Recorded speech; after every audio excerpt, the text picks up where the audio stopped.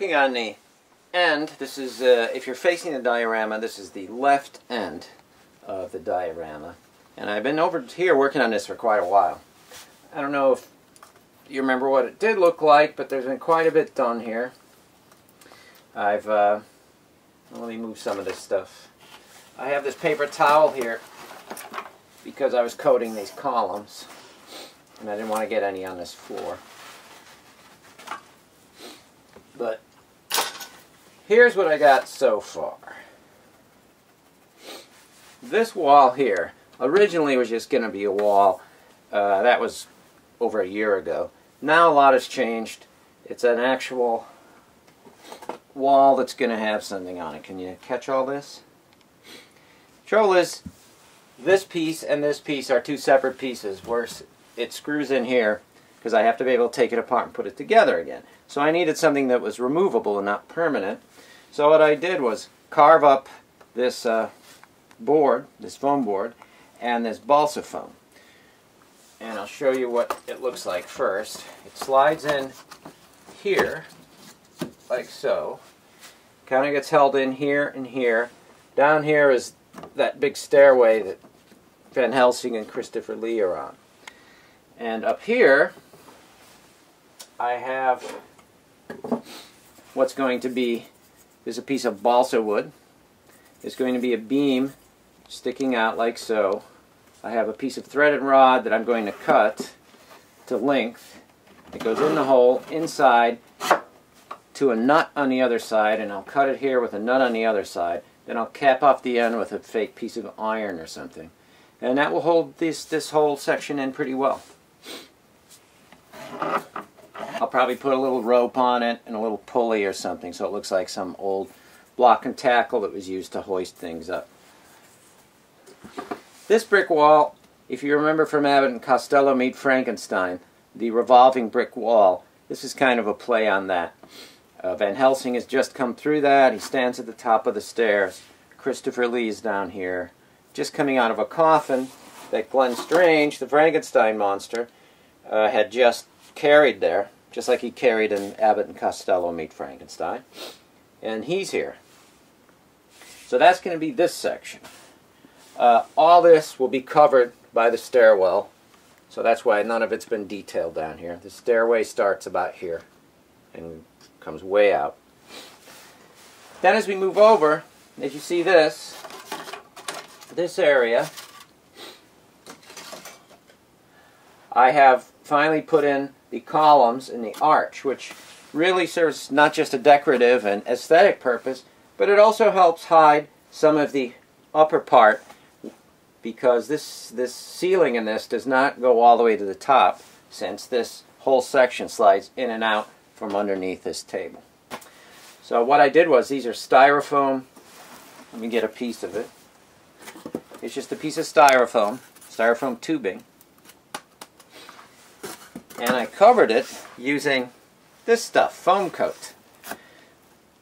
This is a powder that mixes with water, and then I add this boost, which is like a gooey, liquidy stuff, which really fortifies and makes it extra sticky.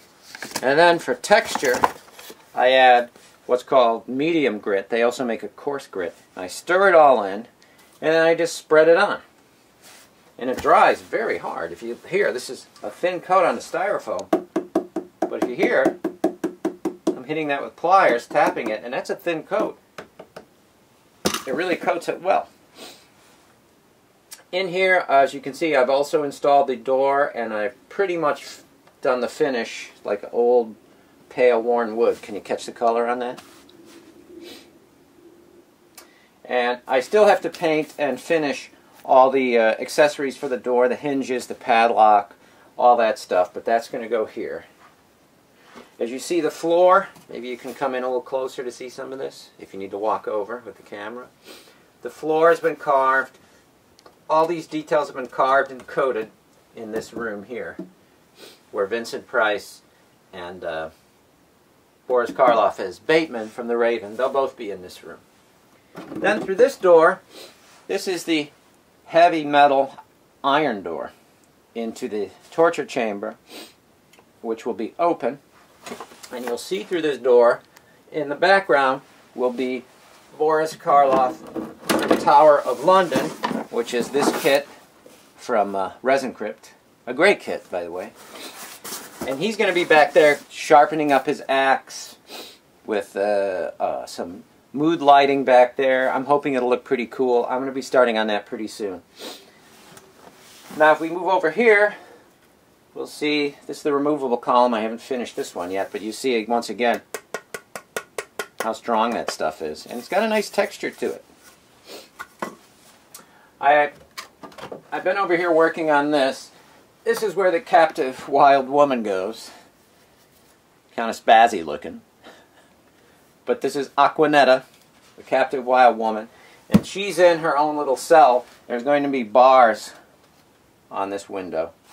And I primed this and coated it. And I actually tried an experiment. A lot of times when you carve balsa foam, you end up with those lines with and then once they're glazed or there's wash put in there, they're darkened lines, but sometimes they look a little too, I don't know how to put it. They don't look quite right. So I tried an experiment. I mixed up some of this grit stuff and I pushed it in all the lines as if it was mortar. So it's been primed. We'll see what happens when I paint it, how the finish comes out on that. I'm very interested to see. Maybe it'll look a little more realistic. We'll see.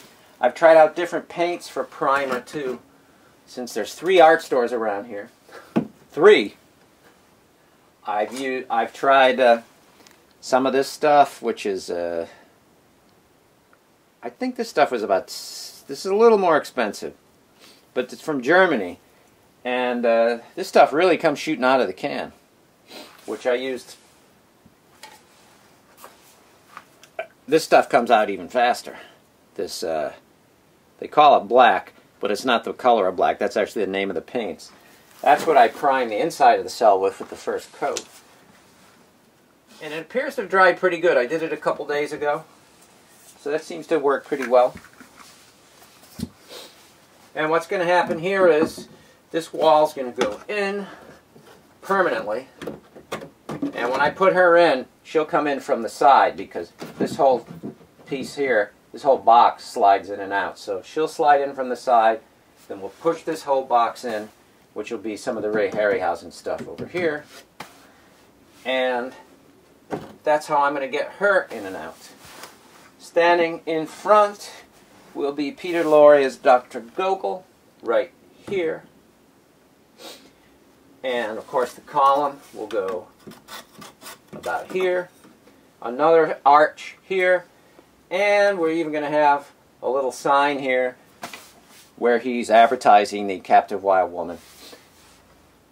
And I had to, because there's a gap where this wall goes in and the back of this column, I had to carve out a small piece of balsa foam, which I haven't finished yet, but I'm pretty much finished detailing it. I just have to coat it, which will go in there like so. I don't know if you can see it.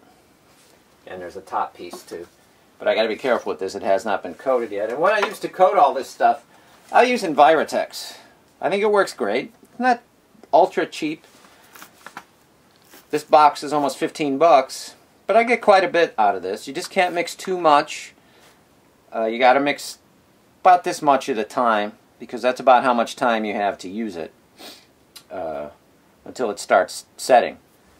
And what I do is I buy these plumber's acid brushes. They're only about 30-35 cents a piece, because this stuff just ruins brushes. And I just brush it on, and then I throw the brush away.